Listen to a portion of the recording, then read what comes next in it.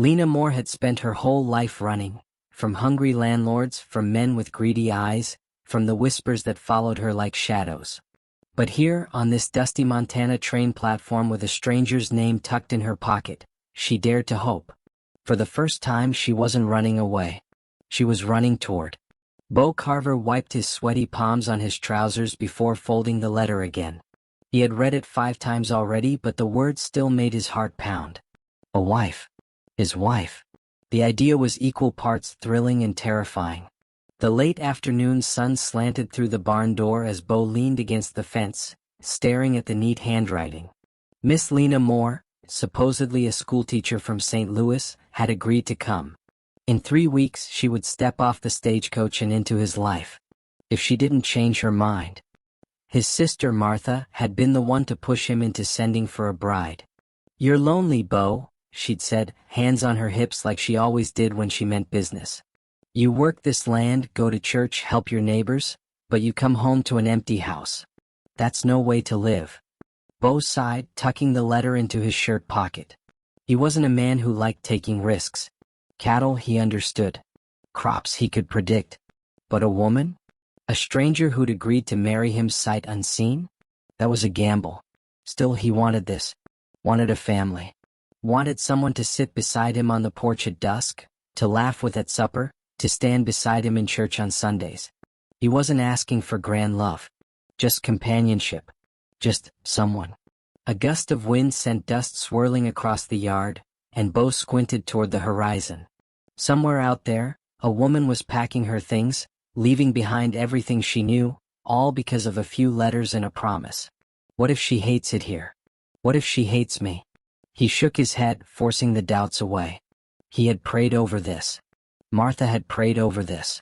Now, all he could do was wait, and hope that when Lena Moore arrived, she wouldn't take one look at him and run the other way.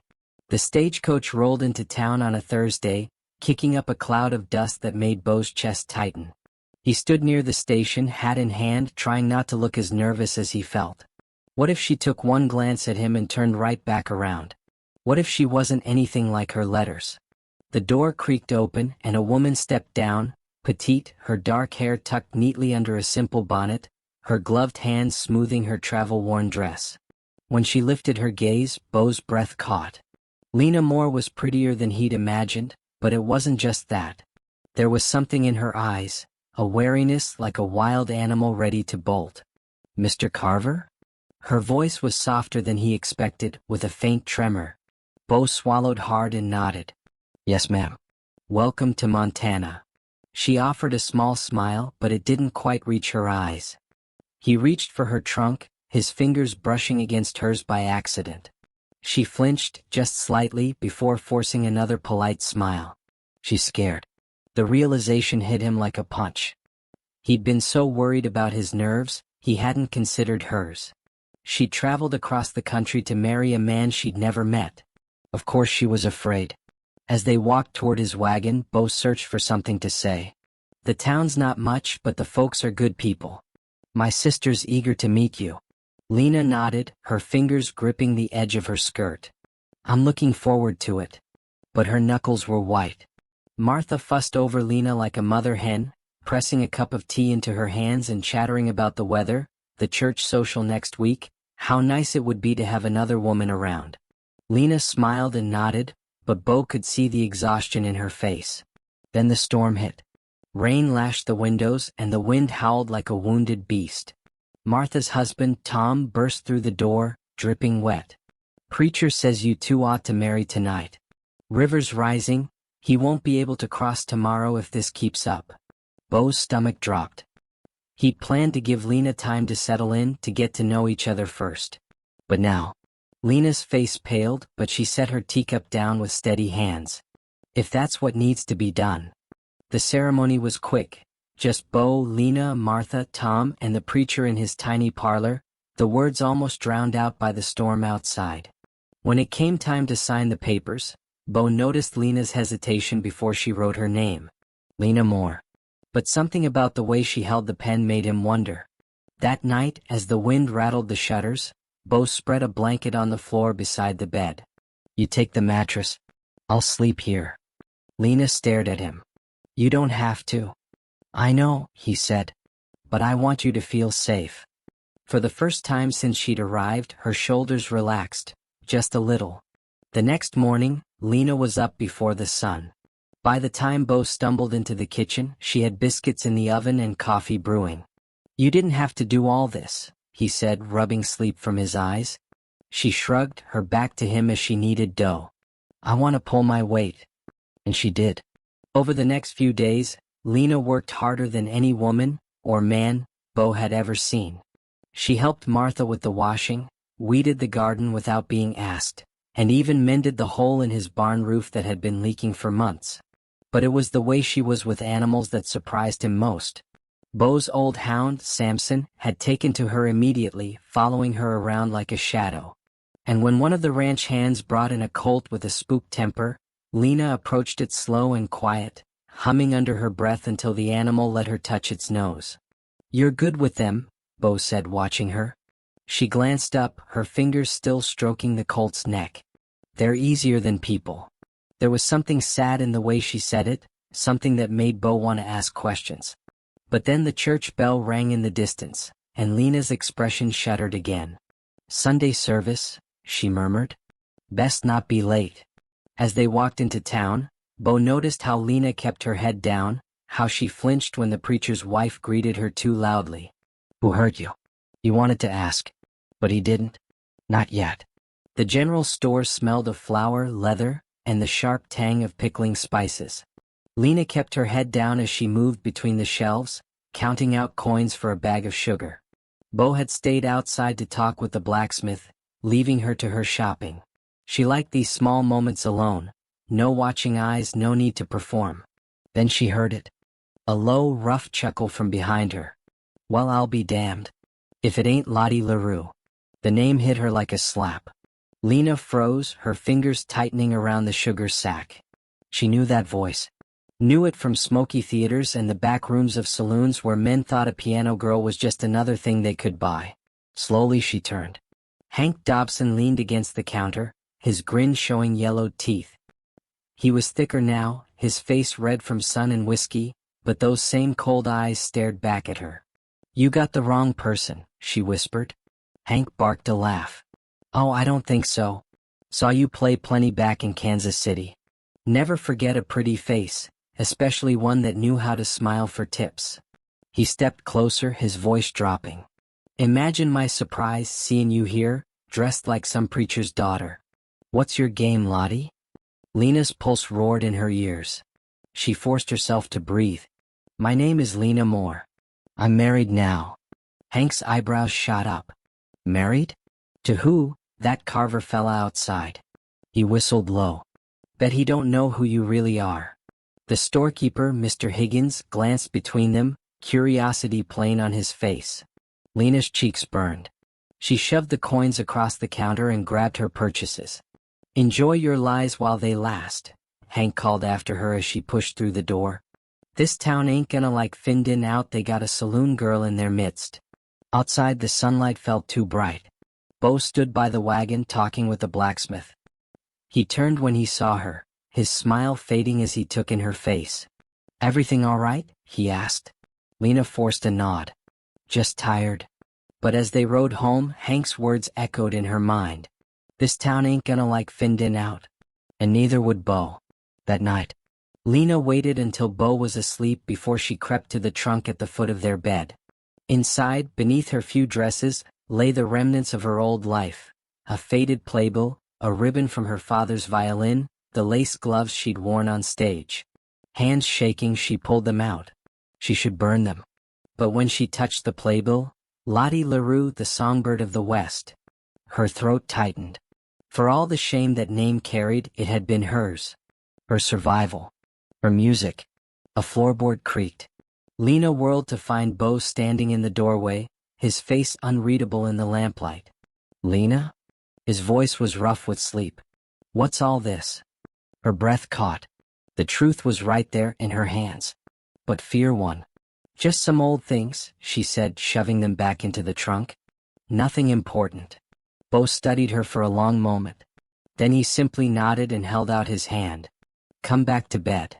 But as Lena lay beside him, staring at the ceiling, she knew.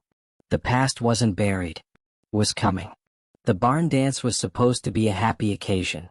Lanterns hung from the rafters, fiddle music filled the air, and the scent of fresh hay and apple pie mixed together under the wide Montana sky.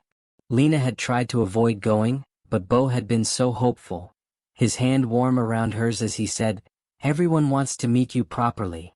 Now she wished she'd stayed home. She stood near the punch bowl, forcing smiles at the ranch wives who eyed her with polite curiosity.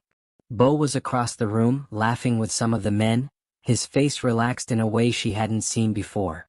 He belongs here, she thought. And I don't. Then she felt it, the weight of someone's stare. Hank leaned against the barn door, a whiskey glass in hand, his gaze locked on her. He smirked and raised his drink in a mocking toast. Lena's stomach twisted. She turned away, but it was too late. "Lottie." Hank's voice cut through the music. "Ain't you gonna play us a tune? Heard you was real good with your fingers back in Kansas." The room went quiet. Fiddle screeched to a stop. Every head turned toward her. Beau straightened. "What did you call her?" Hank swaggered forward. "Oh, your wife didn't tell you? Miss Lena here used to go by Lottie LaRue. Played piano in saloons, entertained all kinds of men." He winked. "Bet she still got songs in her." Lena's whole body went cold. This was it. The moment she'd feared since she stepped off that stagecoach. Beau's face darkened. He took a step toward Hank, but Lena rushed forward. "Beau, don't." He turned to her, his eyes searching hers. "Is it true?" The room held its breath. Lena's hand shook. She could lie. She could deny it all. But the weight of the secret was too heavy. "Yes," she whispered. "But not the way he's saying. I only played piano. I never—" Her voice broke. "I just needed to survive." Beau didn't speak. The silence stretched, suffocating. Then Martha gasped. "Lena, you lied to us?" The hurt in her voice was worse than Hank's sneer. Lena's knees threatened to buckle. "I wanted a fresh start," she said, tears spilling over. "I was afraid no one would accept me if they knew." Beau still hadn't moved. Hank laughed. "Told ya, Carver. Your sweet little bride ain't so sweet after all." That snapped Beau out of his silence. His fist connected with Hank's jaw before anyone could blink. The man crashed into a hay bale, sputtering. "Get out," Beau growled. "Now." Hank scrambled up, wiping blood from his lip. "You'll regret this. Whole town's gonna know the truth by morning." Then he was gone, leaving only the echo of his threat behind. The crowd erupted in whispers. Beau turned to Lena, his expression unreadable. Without a word, he took her hand and led her outside into the cool night air. The ride home was silent. Lena clutched the wagon seat, her tears drying stiff on her cheeks. Beau hadn't looked at her once. When they reached the house, he went straight to the barn, saying only, "I need to think." Lena stood in the empty kitchen, staring at the wedding ring on her finger. It felt like a lie now. Upstairs, she dragged her trunk from under the bed. She'd pack tonight. Leave at dawn. Maybe she could catch the early stagecoach. A floorboard creaked. Beau stood in the doorway, his hat in his hands. "You're leaving?" he said flatly. Lena nodded, unable to speak past the lump in her throat. Beau crossed the room in 3 strides and slammed the trunk shut. "No." She startled. "What?" "I said no." His voice was rough. "You don't get to run away again." Lena's breath hitched. "Beau, I lied to you. About everything. I don't care about the piano playing. Or the saloons." He jabbed a finger at her trunk. "I care that you were gonna leave without fighting for us. That you still don't trust me." She flinched. "It's not about trust. I didn't want to ruin your life." "My life?" Beau laughed bitterly. "Lena, you are my life." The words hung between them. Lena sank onto the bed, tears coming again. Beau sat beside her, his shoulder brushing hers. "We face it. Together." Outside, the wind howled, a storm rolling in. But for the first time since the dance, Lena felt something like hope. The morning after the barn dance, the whole town knew. Lena could feel it in the way the women at the mercantile suddenly found urgent tasks when she walked in, In the way the children she'd taught hymns to now stared at her with wide, curious eyes. Even the church bell seemed to toll heavier on Sunday, as if mourning the loss of her good name. Beau stood by her side through it all, his hand firm on the small of her back whenever whispers trailed them. But no amount of his quiet strength could stop the letter that arrived on the third day. Miss LaRue. The handwriting was slick, looping, unmistakable. Lena's stomach turned as she recognized the name signed at the bottom. Silas Porter. Her old manager. The man who'd taken half her earnings and leered at her from the shadows of every stage. Heard about your little predicament. A woman like you doesn't belong in some backwater town. Come back to the circuit. I'll give you top billing now. The boys miss their songbird. Lena crumpled the paper, her pulse pounding in her ears. How had Silas found her? Had Hank written to him? The thought made her skin crawl. Bad news. Beau stood in the doorway, his brow furrowed. Lena shoved the letter into her apron pocket. Nothing important. But that night, as she lay awake listening to Beau's steady breathing, Silas's words played in her mind. Top billing. The boys miss you. A bitter laugh rose in her throat. As if she'd ever go back to that life. But then her fingers brushed the rough fabric of the quilt.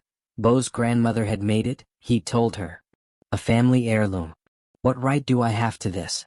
The next morning she found Beau at the corral, breaking in a new mare. I need to go to town, she said.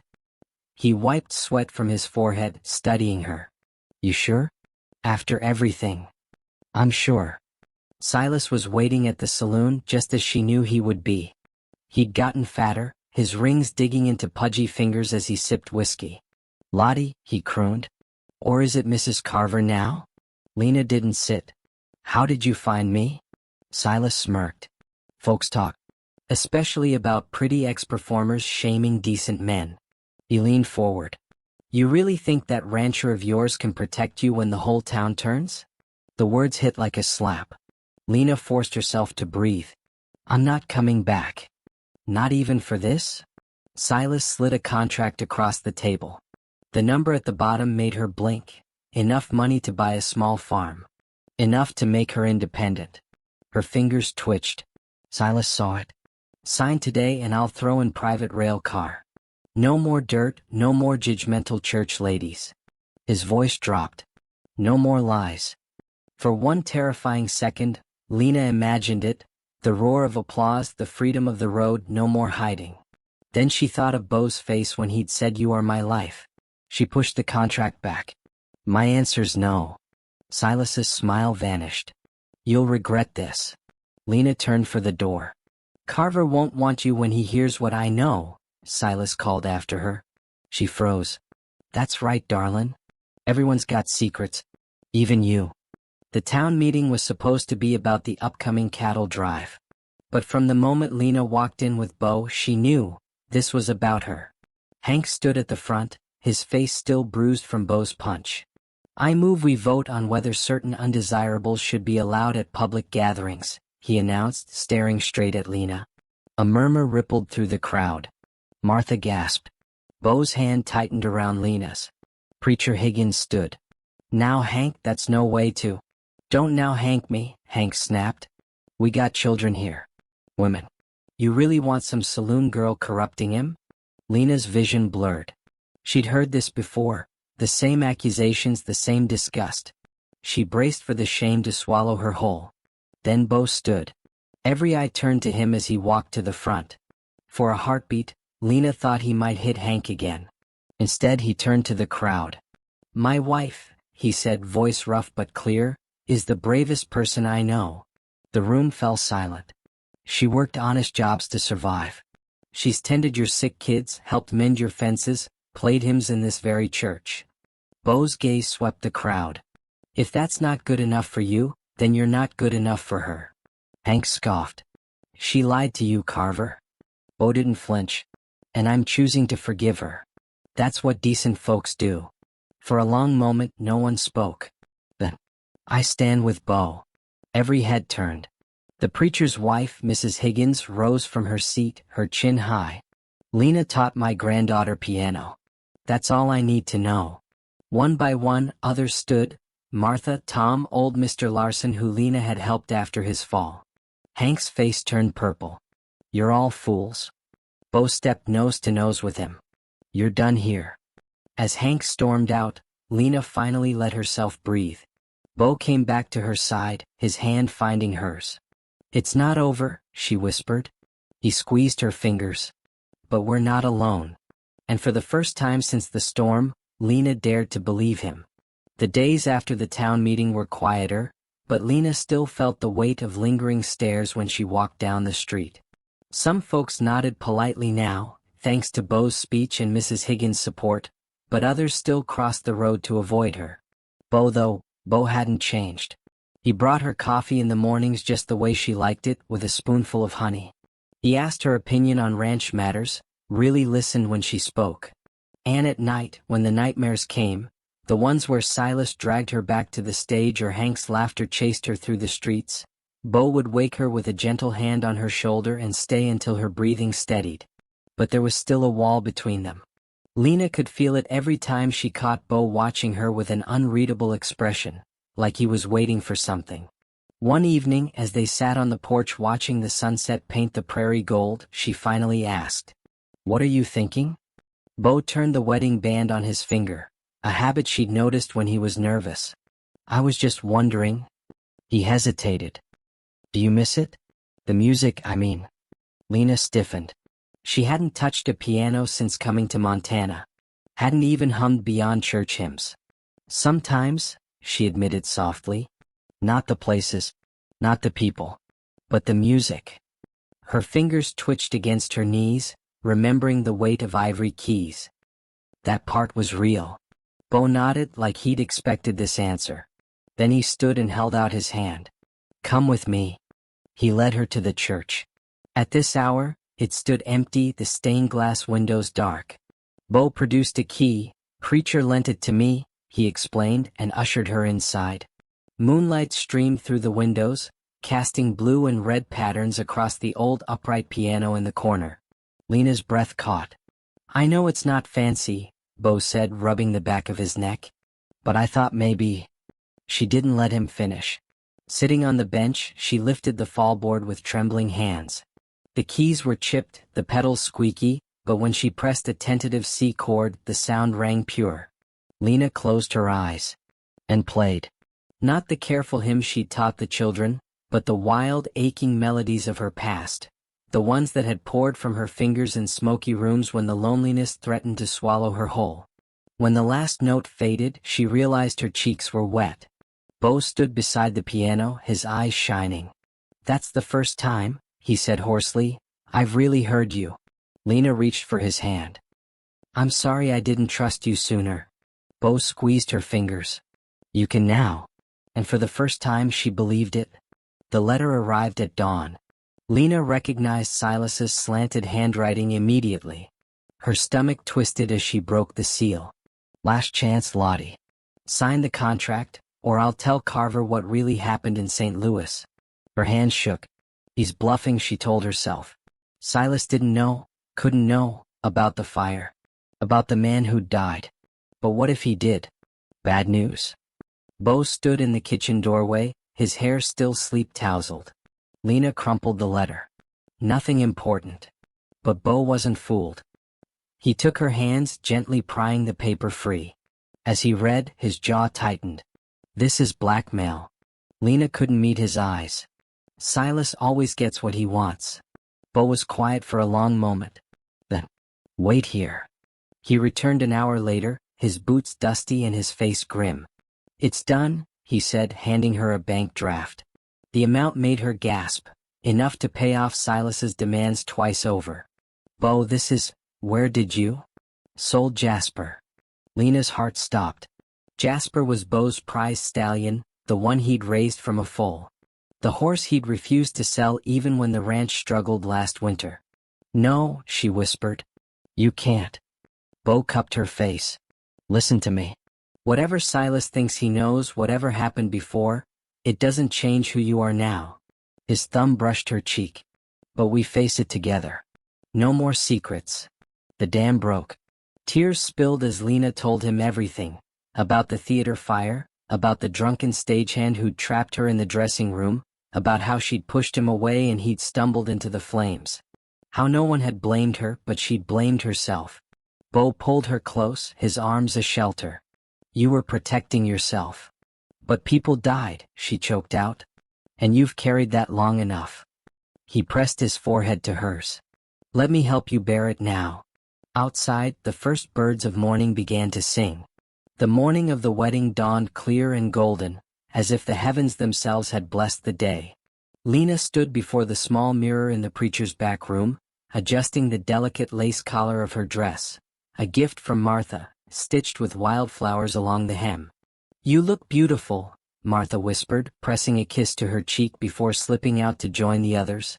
Lena took a shaky breath. This wasn't the rushed, storm-driven ceremony of their first wedding. Today, every step, every word, would be chosen with full hearts and open eyes. A soft knock. The preacher's wife entered, carrying a sprig of lavender. For your bouquet, she said, tucking it into Lena's hands. Grew it myself. Lena's throat tightened. These small kindnesses, the lace, the lavender, the way Mr. Higgins had polished the church piano until it shone, were proof that the town had truly embraced her. Not as Lottie, not as a scandal, but as Lena Carver. The church doors stood open, sunlight streaming across the wooden pews where their friends and neighbors waited. Beau stood at the altar, tall and steady in his Sunday coat, the one he'd worn the day they'd met. But this time, his eyes held no uncertainty, only quiet joy as he watched her walk toward him. Lena's pulse fluttered like the wings of the swallow that had nested in their barn that spring. She passed familiar faces, Mrs. Higgins dabbing her eyes, old Mr. Larson nodding approval, even Hank Dobson sitting stiffly in the back row, hat in hand. Then she reached Beau and the world narrowed to just them. You came, he murmured, taking her hands. Lena smiled through tears. I told you I would. Preacher Higgins cleared his throat. We gather today not to bind two souls, but to celebrate the bond they've already forged. He smiled at them. These two have learned what many never do, that love isn't about perfection. It's about choosing each other again and again through truth and grace. Beau went first, his voice rough but clear. Lena Carver, I take you as you are, your strength, your scars, your music. I promise to stand with you in the light and the shadow, all my days. Lena had memorized her vows, but the words came out differently. Beau Carver, you saw me when I was invisible. You fought for me when I couldn't fight for myself. She squeezed his hands. I promise to trust you with my whole heart, and to fill our home with music again. A murmur of approval rippled through the church. Beau's eyes shone as he leaned down to kiss her, not the quick brush of their first wedding, but a slow, sweet promise that drew cheers from the congregation.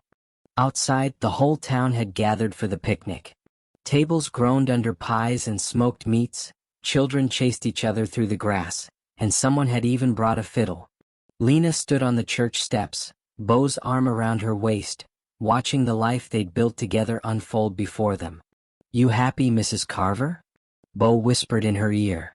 Lena turned her face to the sun. So happy it almost hurts.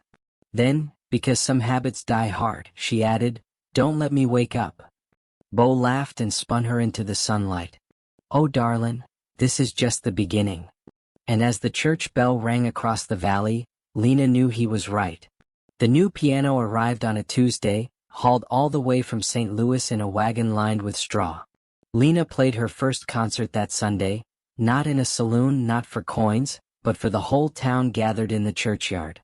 And when little Sarah Higgins shyly asked for lessons, Lena didn't hesitate. Of course, she said, lifting the girl onto the bench beside her. Now, let me show you something beautiful. Across the yard, Beau caught her eye and smiled. And Lena played. Thank you for joining Lena and Beau on their journey to redemption and love. If this story touched your heart, please like, share, and subscribe for more tales of courage and grace under the big Montana sky. Until next time, happy trails.